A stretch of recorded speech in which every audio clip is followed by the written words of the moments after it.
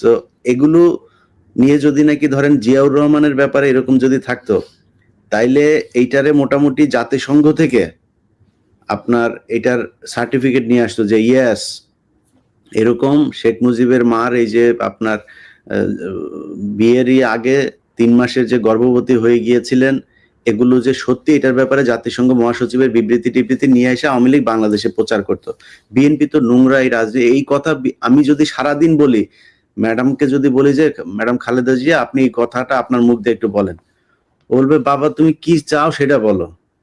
এই জিনিস আমি বলতে পারবো না, কিন্তু শেখ হাসিনার দিয়ে সব সম্ভব। দেখেন না এখনো ফোন রেকর্ডে কি ধরনের নষ্টা কথাবার্তা বলে। দুনিয়ার মানে দুশ্চরিত্রা এবং মানে কি বলবো, মানে এমন কোনো খারাপ নাই যেটা এই শেখ হাসিনা এই মহিলার নাই। নেশা করা থেকে শুরু করে সবকিছু আছে।